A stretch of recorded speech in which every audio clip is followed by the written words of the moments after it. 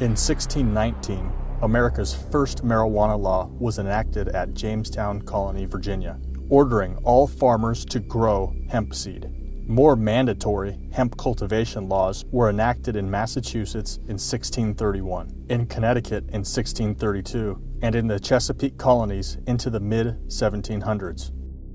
Even in England, the much sought-after prize of full British citizenship was bestowed by a decree of the Crown on foreigners who would grow cannabis, and fines were often levied against those who refused. Cannabis was legal tender in most of the Americas from 1631 until the early 1800s.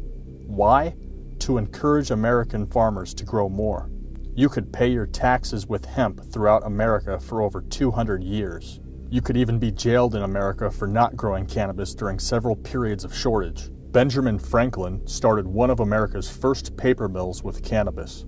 This allowed America to have a free colonial press without having to beg or justify the need for paper and books from England. George Washington and Thomas Jefferson grew cannabis on their plantations. Jefferson, while envoy to France, went to great expense and even considerable risk to himself and his secret agents to get good hemp seeds smuggled illegally into Turkey from China.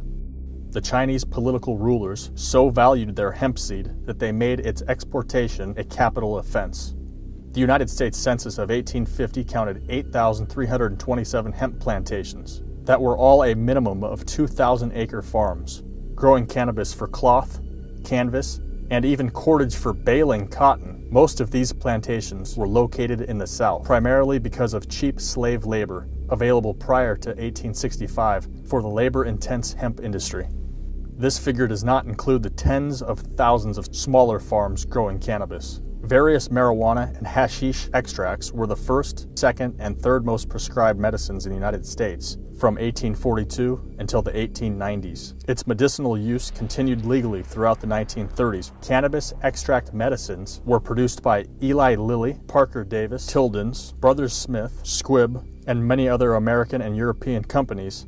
During all this time, there was not one reported death from cannabis extract medicines, and virtually no abuse or mental disorders reported, except for the first-time or novice users occasionally becoming disoriented or overly introverted.